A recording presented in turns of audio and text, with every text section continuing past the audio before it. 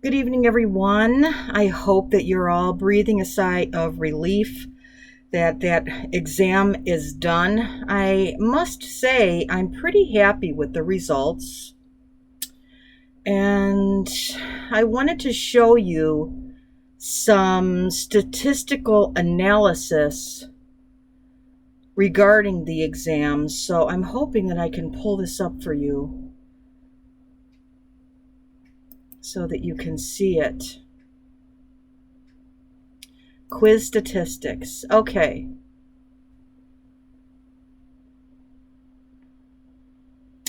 Look at this. I mean, this is like absolutely phenomenal. The average score in the course was 95%. That is, I mean, I've been teaching at Olivet for a very long time, and this is the highest average score that I've seen. Let's see, we can go through really quickly and see which ones the class struggled with. So you can see so many people got this one right. Depression, this was 70% of the time, and I said that in the lecture. This one, BMI. All right, this one was coronary heart disease. It is every 5 years. But even as a whole, you all did really well. Here's one, 69%. Cecilia is, and the right answer was symptothermal. And this is using a method of contraception that monitors cervical mucus and temperature. And what makes this different from either basal body temperature or cervical mucus is that it's symptothermal. So it's looking at all of the things, not just one. That was kind of a trick question, don't you think? Here's another one. At her 12-week prenatal care, Sabrina complains of headache and visual disturbances. The nurse takes her blood pressure and finds it to be 155/97. She's never had problems with her blood pressure. Results from a urine test taken previously indicate high levels of protein in the urine. And the reason, now this is again another trick question, because 12 weeks in prenatal care, that doesn't really tell me how far along she is in her pregnancy.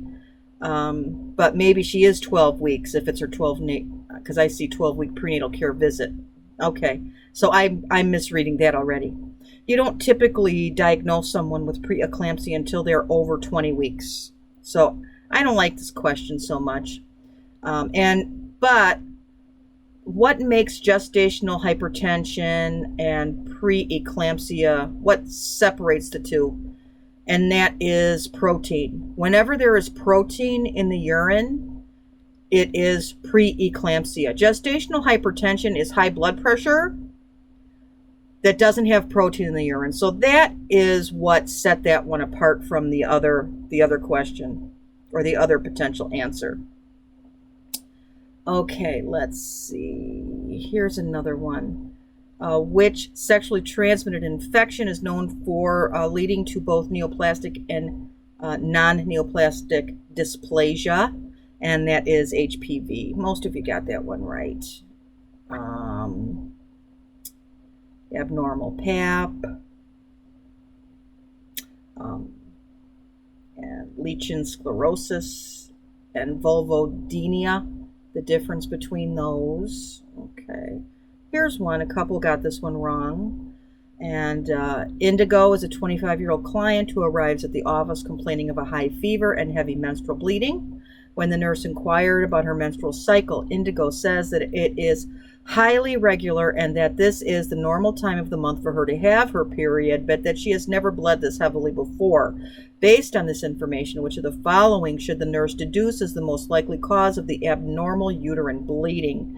And the answer for this one is endometriosis. I don't know. I kind of have a hard time with that question, too. I don't like that question.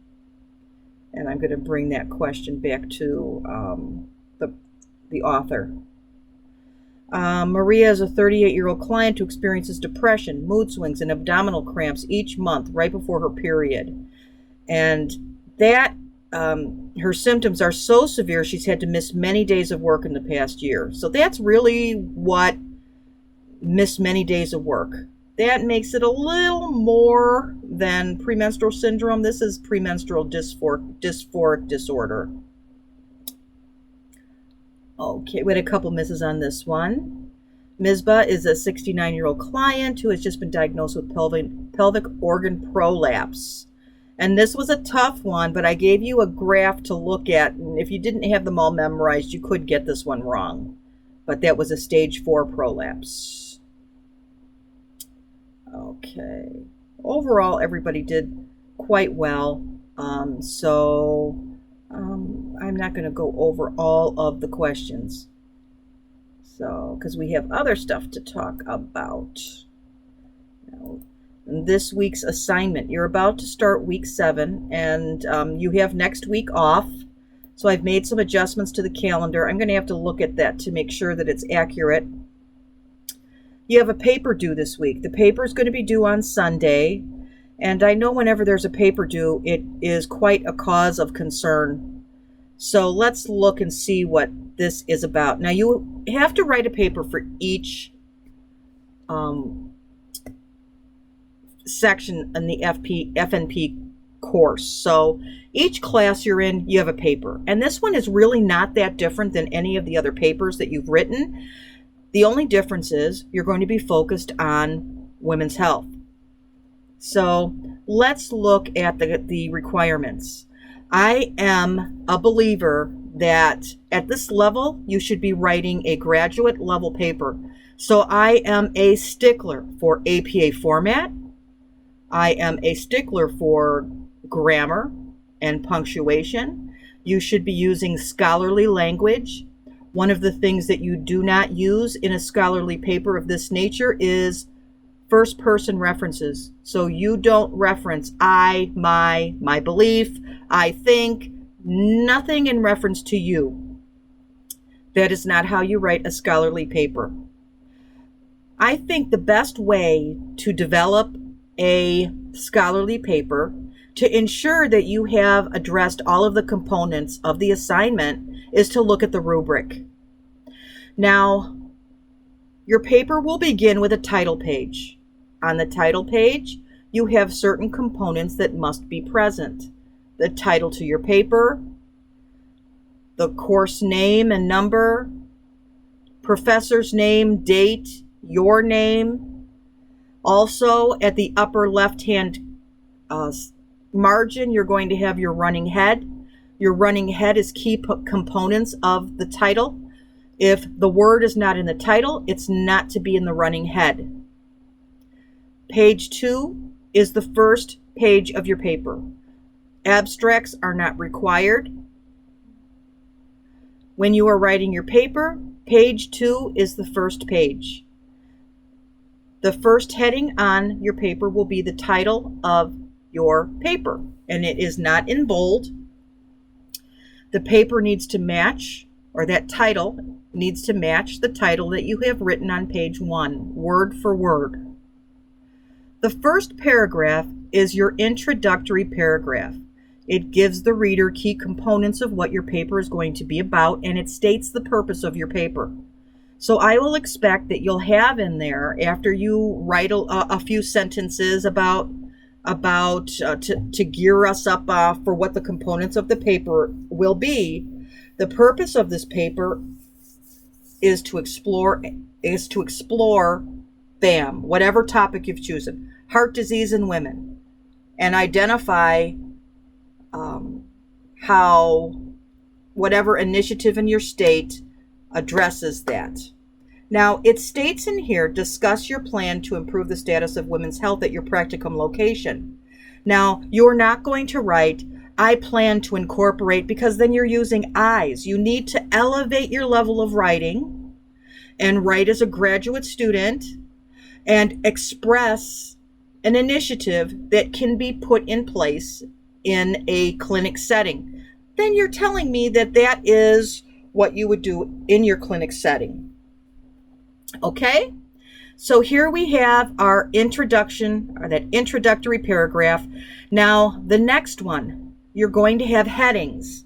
And those headings, if you want to write your paper well, to ensure that you have included all the necessary components of the paper, you will have a heading for each area of the rubric.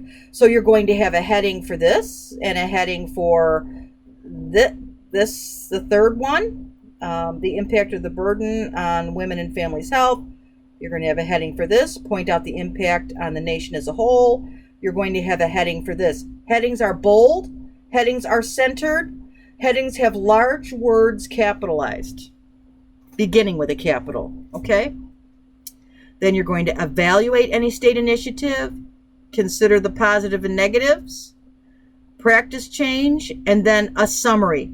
I always list this as a conclusion. Now, in the conclusion, you do not put new data in there. So you are essentially restating that your paper met the purpose that you had intended. So a paragraph, it doesn't need to be any longer. I look to ensure that you're using proper English, spelling, grammar, punctuation, and paragraph formation.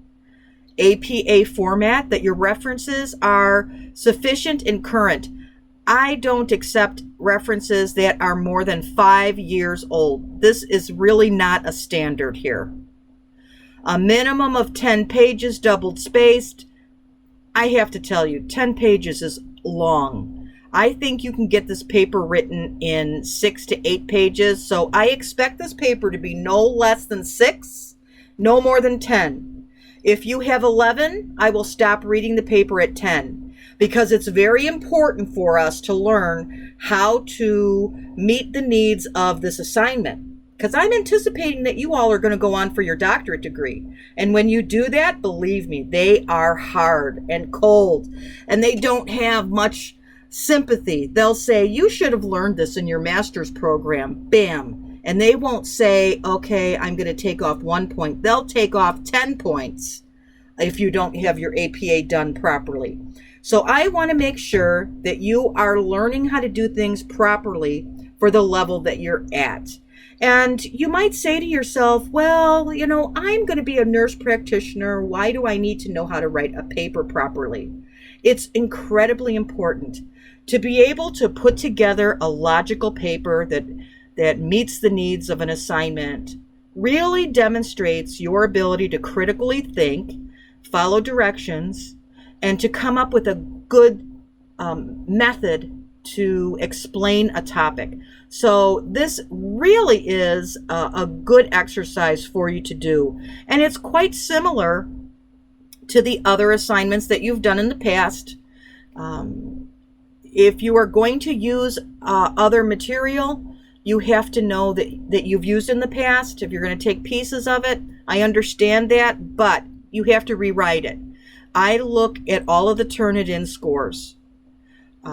I don't want to see a Turnitin score more than 25%. If I see a Turnitin score more than 25%, your paper's grade will suffer because of it. And I also look at the paper. If you have paragraphs, sentences that I see have been reused either from one of your old papers or taken from someone else's paper, that's plagiarism.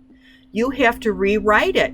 And believe me, I know it's hard. I just completed my doctorate program writing papers and papers and papers on the same topic.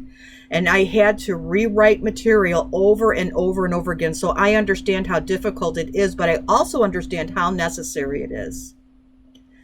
So I wish you all a good evening. 1 week and you've got a week off. And I will see you in the posts.